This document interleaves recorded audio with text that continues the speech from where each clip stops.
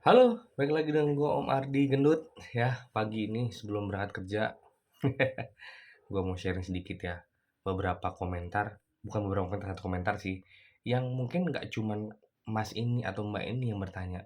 Bahkan di tempat gua pun masih banyak yang bertanya.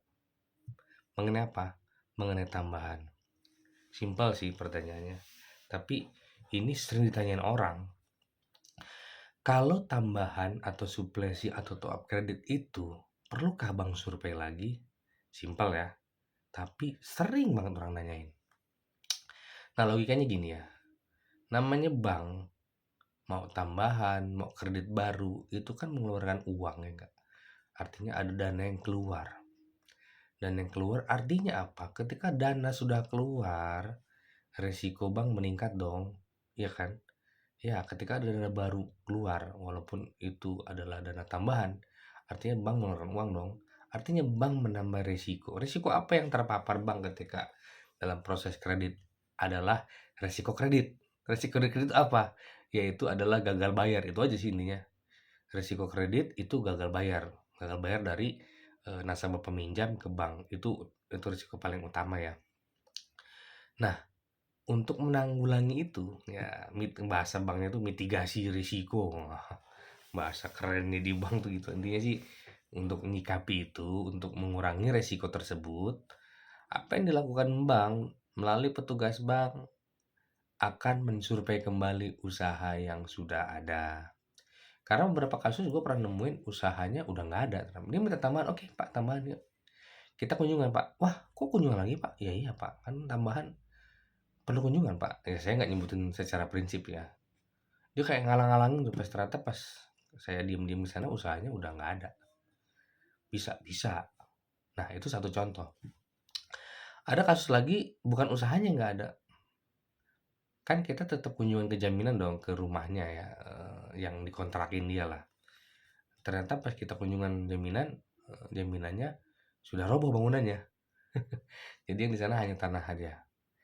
Tentu saja hal itu bisa mengurangi nilai tambahan atau nilai kredit yang diberikan. Karena apa? Mungkin kalau jaminan sudah roboh, berarti kan yang dinilai hanya tanah doang kan.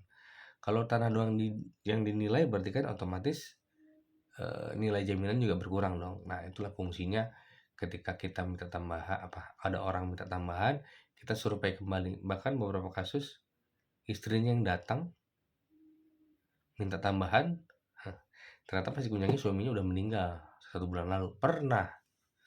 Saya pernah ngalamin itu, udah meninggal ternyata. Untung aja udah mau lunas kan, tapi ya tambahannya kita nggak bisa ngasih karena suaminya udah meninggal. Ya kalau mau ya ibunya yang ngajukan. Itu pun kalau ibunya apa bukan ibunya istrinya, itu pun kalau istrinya eh, apa ya kasarnya melanjutkan usaha suaminya gitu, mendiang suaminya. Kalau enggak, ya nggak bisa juga kita kasih tambahan kan.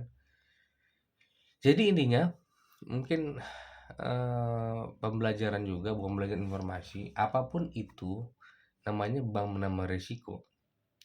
Itu harus wajib melakukan kunjungan. Ya. Sebenarnya nggak cuma tambahan sih. Dalam hal pemantauan, misalkan teman-teman, kadang-kadang teman-teman dikunjungi lah oleh analis ya, oleh petugas bank atau mantrinya lah. Sewaktu-waktu itu kan sebenarnya untuk memastikan bahwa usahanya masih ada. Kalaupun usahanya udah nggak ada, berarti ada hal yang harus didiskusikan. Ya nggak? Apakah harus dilunasin?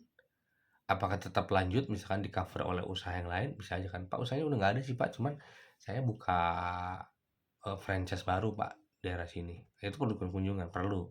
Ya.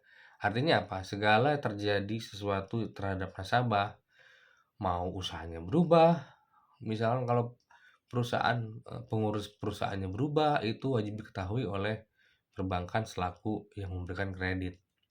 Bahkan renovasi jaminan pun, misalkan teman-teman jaminannya tanah kosong nih mau dibangun nih, itu mesti seizin bank.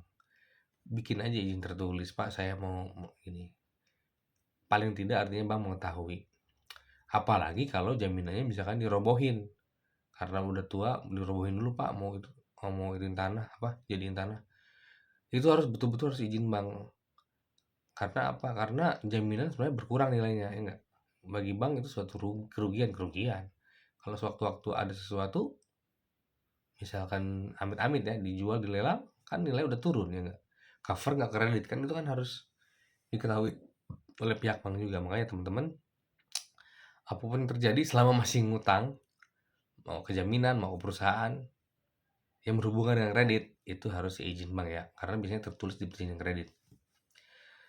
Oke, itu aja guys yang bisa gue sampaikan ya, pagi-pagi sebelum berangkat kerja. Soalnya jadi pikiran juga ya, oh jangan-jangan teman-teman banyak yang nggak tahu ya, kalau tambahan itu harus disurvei ulang. Bahkan nggak cuma survei, update data ya nggak, jaminannya, bukan jaminan, usahanya sekarang gimana, rekening orang terbarunya gimana, ya kan.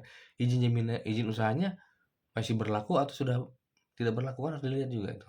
Jadi seperti diperlakukan ketika pengajuan pertama, seperti itulah kira-kira ya. Karena untuk memastikan semuanya baik-baik saja, semuanya tidak ada melanggar, dan semuanya akan lancar pada waktunya hingga selesai jatuh temponya. Ya itu guys yang bisa gue sampaikan. Nanti mungkin siang gue mau share sedikit mengenai pembobolan uang oleh tukang beca. Ini nggak salah siapa ya? Kalau dari pandangan gue sebagai, ya sebagai orang bukan ahli core of the core sih, sebagai orang yang pernah kerja di bank ya. Kita lihat nanti siang ya. Oke, selamat pagi.